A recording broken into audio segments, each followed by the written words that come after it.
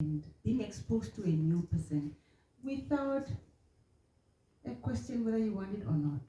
It's like the people, you may love the person, love the people, hate their sin is okay. Hate their sin with everything in you, just as God.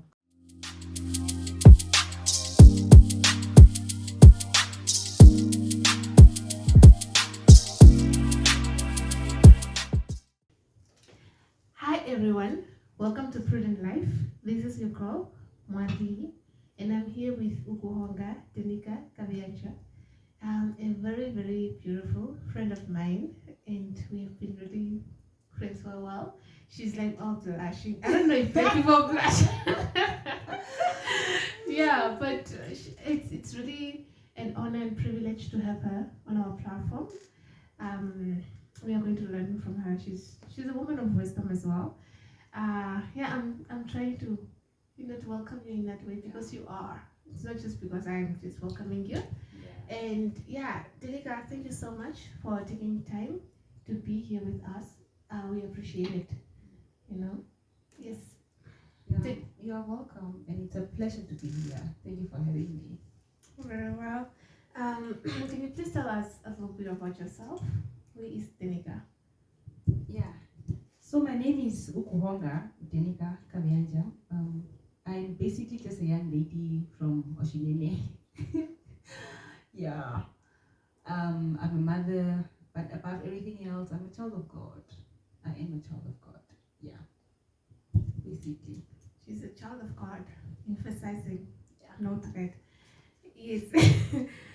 Today we are going to talk about adulting.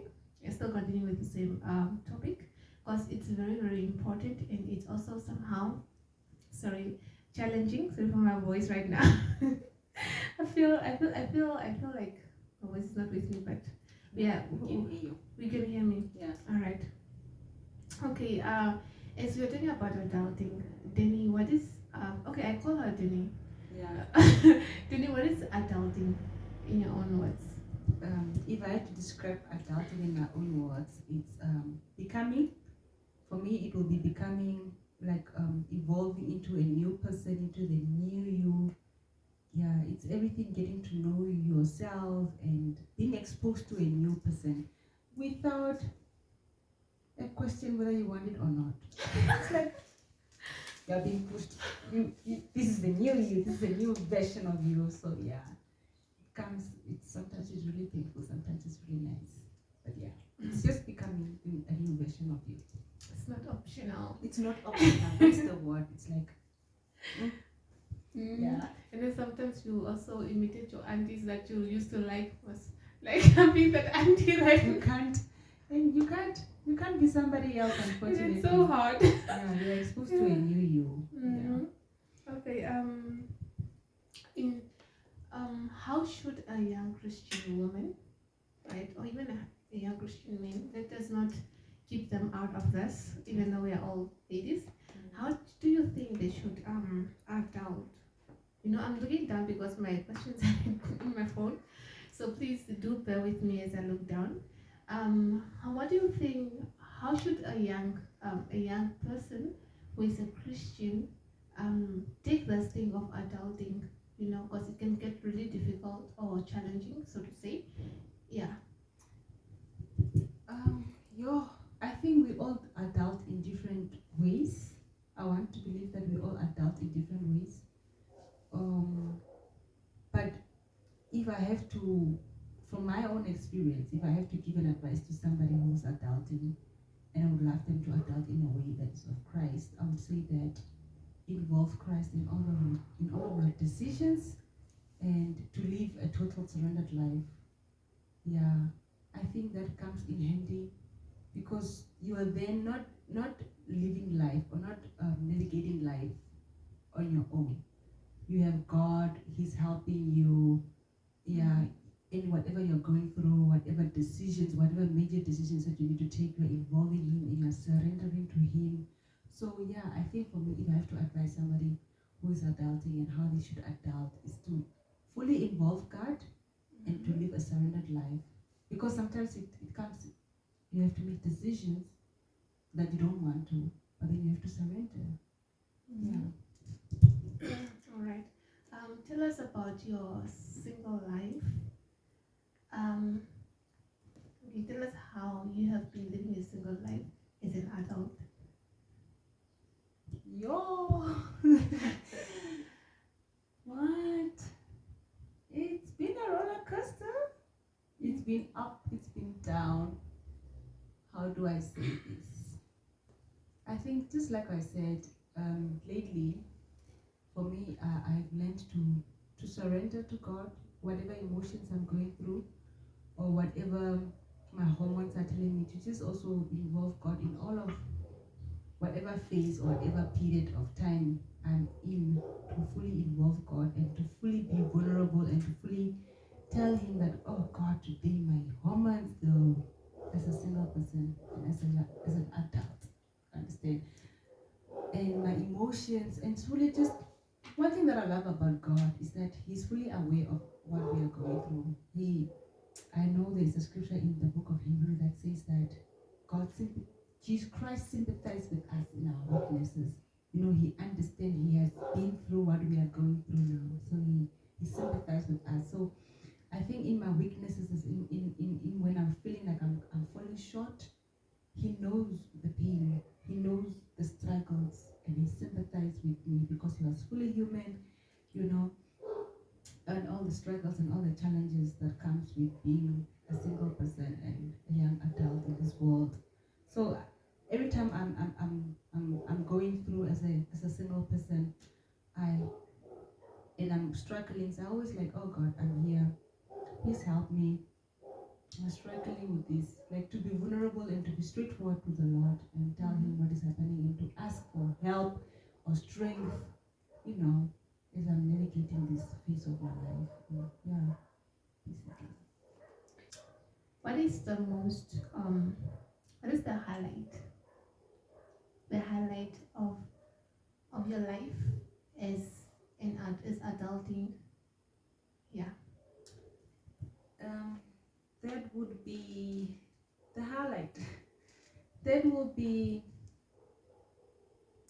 I started adulting way back though, but I think for the past 2-3 years, I see God holding me, holding my hand, and guiding me. And I think for me, it will be coming to a state in life where I have to make decisions for myself, and and also listening straight to God Himself and Him directing me. The highlight will be God going through me, or no, God going with me through whatever I'm going through. You know, God being with me through it all. I guess for me that will be the highlight.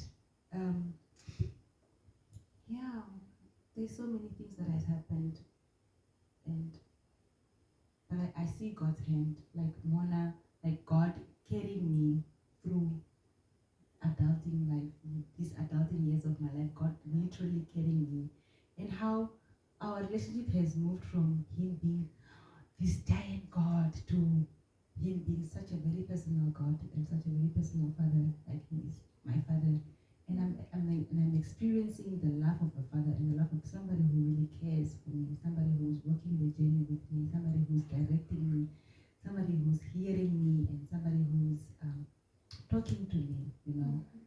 Yeah, I guess that is the highlight. Having a personal relationship with God in my adulting life is the biggest flex. I'm joking. It's the biggest highlight. You know, you have been talking about how God has come to a position in your life where He's now like your personal God from Him being a God, right? So, what is the role that God has been playing in your life that made Him your God instead of being the God in your life? Oh, yeah. I think it's all about me. Okay, let me phrase that well. So God has played such a major role in my life, from Him being the provider, Him being the comforter, Him being my defender. Like He has reassured me also of my identity in Him. So He's playing such a big role, and I'm experiencing all of this that I think when I, as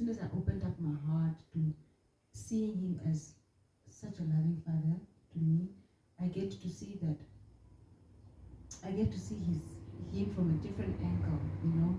So he has played such a big role in my life. I mean, not play, but that's the role that I'm experiencing now. That he's really a comforter. He's a defender.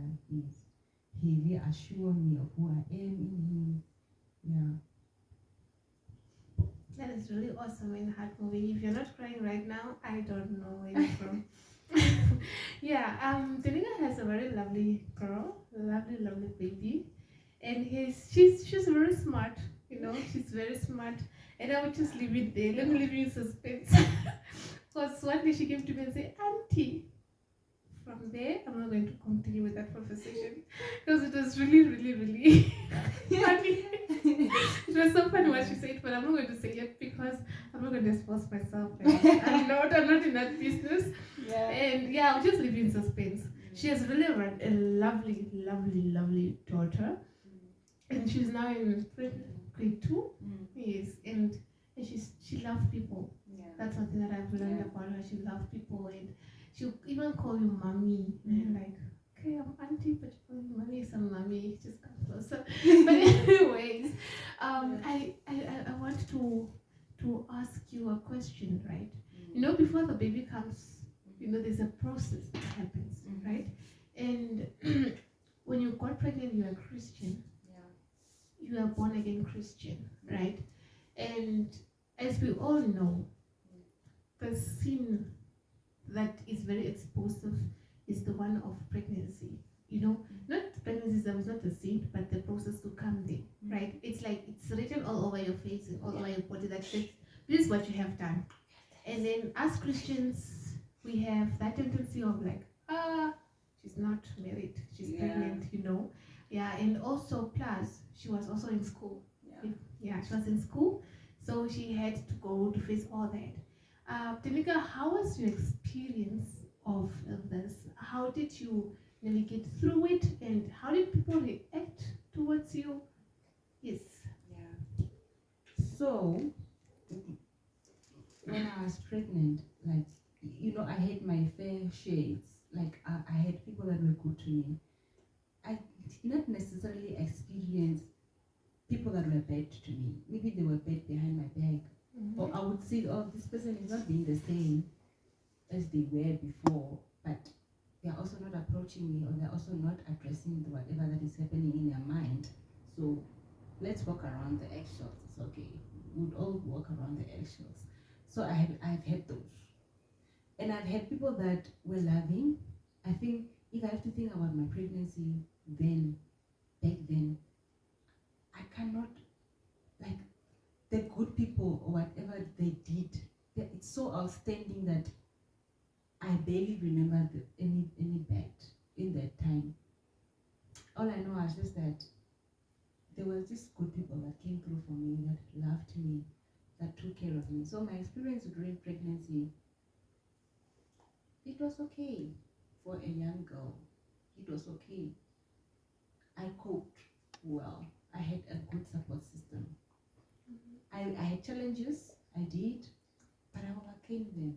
Or I knew how to deal with them, I guess, at my age, at my level then. In high school. In high school. Wow. I knew how to deal with it. Girl, you're a strong young girl there. You need to be strong. And that is one thing that I've come to realize now. When you are, or what I realized then, when you are pregnant or when you are in such a situation, you're not strong. You're not yet strong until being strong is the only option you have. Like, you just have to do it. You just have to show up for yourself. So I had to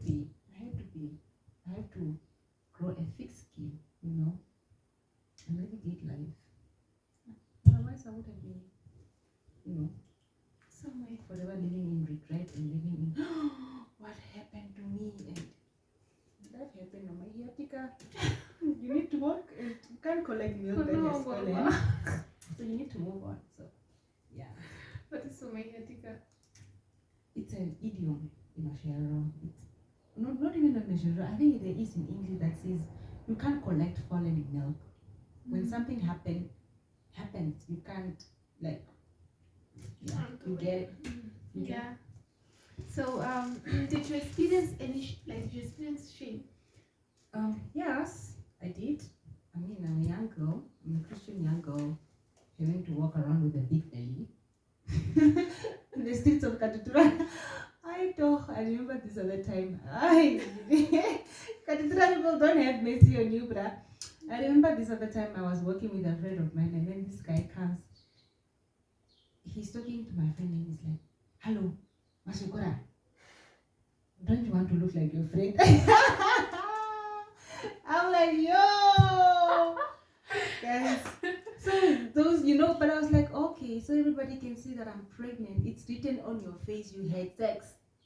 So, so I did experience shame. It was shameful too. You are a teenager. You are walking around with such a big belly. Obviously, you had sex. It is such a shameful thing when you're not married. I don't know, or it is deemed to be. So yeah, I did experience it. And how did you overcome that shame? How? What really helped you to get through it? I just had to stand up, and the show must continue. You understand? I need to go to school. I have to go to school. If I want to go to church, I have to go to church. I think in that moment, in those times when I was pregnant, I became so close to God, because the only person where I felt safe and where I felt like I have sinned against God and against God only, I started reading the prayer of David, Psalm 100, Psalm 50, something, 51, 59, and then my iniquities and like I have sinned against God, Nambari, I have sinned against God. So I think I overcame it by showing up. If I have to go to school, I'll go to school. If I have to go to church, I'll go to church. I went to church, I went to school.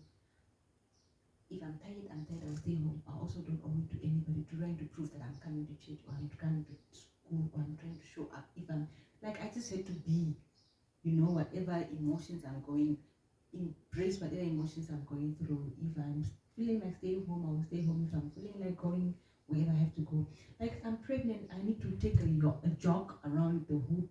I'm not going to stay home because I'm so shameful. I'm not to book a no, I'm never doing. I'm about to give birth. Not necessarily to book, but walk around the hood and exercise a bit or as a pregnant. I must do some of these things. Now that I'm staying home until when things happened. We must move on. So I think I just also I had a coping mechanism. One of that was just like, what has happened? What must I do now? Like a defensive also. Yeah, I was also in a very defensive mode, ready to shoot anybody. I have my words. But yeah, it's just a coping mechanism. But I did cope, I did manage. And, yeah. So the defensive character came in hand there. Yeah, it did, man. Yeah. Mm-hmm. So I wanted to ask, as you were speaking, I thought of, did any, like, I can imagine a person, I don't know how old you were, but in high school, having that wisdom of, like, I need to get up, I need to go to school, I need to go to church, I need to show up for my life, Did someone sit with you in this whole process and say, this is what you have done, it's not right, it's wrong, but you need to show up for yourself, or you just thought of it? Or decided to do that yourself? I don't remember having a conversation like that exactly, but I know I had a good sister of mine from church who would always come. She would always come get me from home when I'm feeling so down, and let's go to church today. I brought you a dress. I know your dresses, they're becoming too tight, and I would give her all the excuses. No, I don't have dresses. These dresses are not fitting, and and she brought me some dresses because that I can fit in, and yeah, and sometimes I'll be home on a Friday night, and I'll just see like trellis, not trellis, but okay, tanga in my house, what are those? Okay, chains. Yeah, and then come, And then she'll come and she'll take me to her house. We go stay at home the whole weekend, just talking nonsense. So we just continued being normal. She continued being normal to me, or even more caring and even more intentional, I think. So I don't remember. Maybe it was in a part of our conversations, but having that one person specifically who came and encouraged me. Yeah, I think there was some lady, but I think I don't really remember, but there were people that continue sending me scriptures and encouraged me. But it wasn't maybe not structured in a way like now I'm talking to you because you're fallen pregnant. This is how it wasn't. Okay. I don't remember. It's been years also. So pretty much that's not an intentional thing. Yeah, You said it was and just talk about randomly that. today. Somebody felt like sending me a scripture. They sent me a scripture. But that one person that I remember very well is that one sister that always used, that was really intentional about including me in her life and engaging me with me. Wow, that's really nice. And what is your advice to a young single woman out there parenting? How would you encourage them to continue with them being that God-fearing parent out there in a singlehood as well? Yeah, I think I would say that make God the center of everything in your life. Include God in your motherhood or in your fatherhood, wherever you might find yourself. Yeah, include God, and God really wants us to invite Him in our lives, Yeah, and to live in total surrenderance, because sometimes it can get really overwhelming, and to be really vulnerable and to be really straightforward and tell God, this I'm struggling with this. I don't know how to love my child. Today, this week, I am struggling how to love my child. I am struggling how to show up and how to be a good parent, because I don't know, this is what I've experienced, and I've heard a lot that sometimes we experience like, I'm not a good mother, I'm not enough, or so, and to trust that God is helping you to love your children and to be a good mother and to surrender. And when you feel like that in those days, to surrender and to tell Him straightforward, this is how I'm feeling, God, please give me love in my heart. If I'm feeling like this, if it is really true, I'm not being a good mother, give me love in my heart, or help me to show up and help me to be a good mother or a good parent. I think it's what I'm trying to say is basically just be vulnerable to God and straightforward and surrender. He will guide us. God will always guide us. God will always help us. Yeah. That's really encouraging even to some of us. Yes, we are actually learning. We are all learning together, and we have come close to the end of our session. Before I let you go, Denny, what's your advice to someone who is living with someone who is pregnant, or to a sister or brother in church who have a person who is pregnant? How should they treat this person? Or you can even be at home. Can even be at home as like a sister, like a biological sister, which is not a sister in Christ, or any person who is pregnant. How can one make that their life a little bit better? Not really, they can't make it better, but just bring that light, even if it's only one day, one moment. Like, how do we as Christians love people that are found in that situation? I think it's to love them. Like, love the people that have fallen pregnant, that are living in sin. Love the people. You may love the person, love the people. Hate their sin is okay. Hate their sin with everything in you. Just as God. God hates sin. But love the person. And loving the person is just like, I love you. No? It's action. It's standing up from your house, going to sleep, at least take a nap, an afternoon nap with this person. Just spend time with them, whatever love language that you have known, that you know about them. Like, if they appreciate gift, if they appreciate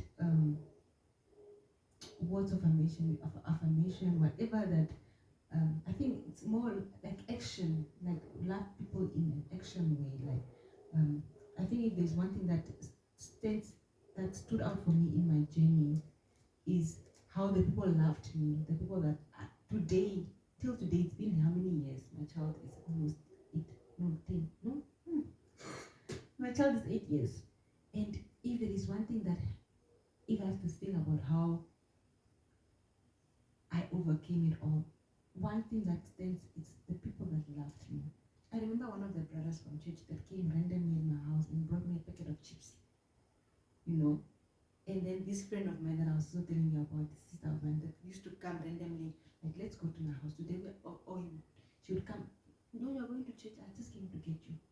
Sunday early morning, I'm not planning to go to church, you will be late. Church has started, she's waiting for me to finish bathing. She's listening to me and dragging my feet. She's still there, loving me in that ways. And she remained the same, She remained the same. Like the conversation continued flowing like before, and there wasn't awkwardness. Like, just love the people in the most simplest way. The most simplest way, like the most simplest gestures, like the most simplest way. You don't have to be complicated. You don't have to walk around eggshells just because somebody is pregnant. Just be normal with them, Love them normally the way you used to do things. If you guys used to watch movies, take the person to the movies. If you guys used to go to netball matches, take the person to netball matches. Unless they are maybe feeling under the weather, they really.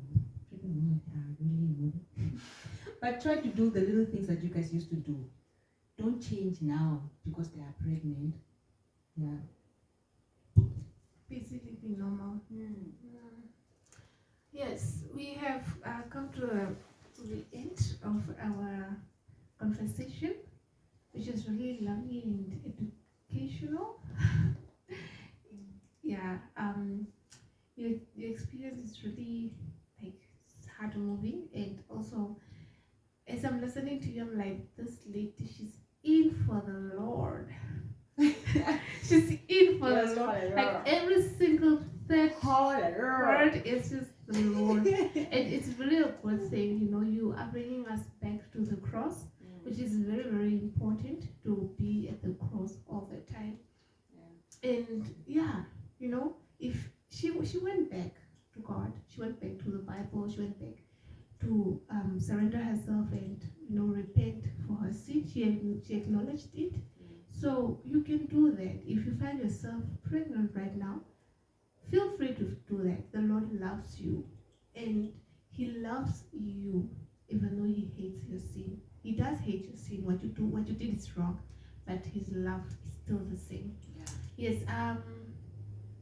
For those who are listening at podcast, I really love you so much. Even though sometimes I forget about you. Yes. Do share or follow me if you're not following. But I hope that you really learned something out of this. And my YouTubers, please don't forget to comment, subscribe if you haven't yet, and like. And yeah, would like to hear from you. If you have any other questions, any other struggles that you're going through, and you're afraid to ask someone about it, please just comment there, and then we'll try with all our means with the help of God to bring in people who can really answer you in the same vein that you are, like in the same way that you're experiencing it, because only God knows how you can be answered properly. And thank you for watching from me and Tanika. Bye. Thank you for watching. I hope you have learned a lot, and please do not forget to subscribe and like if you like what you have heard, and also remember to share it with a friend so that a friend can share with another friend who will learn from it. And do comment below with questions if you have any, and we are going to handle it for you.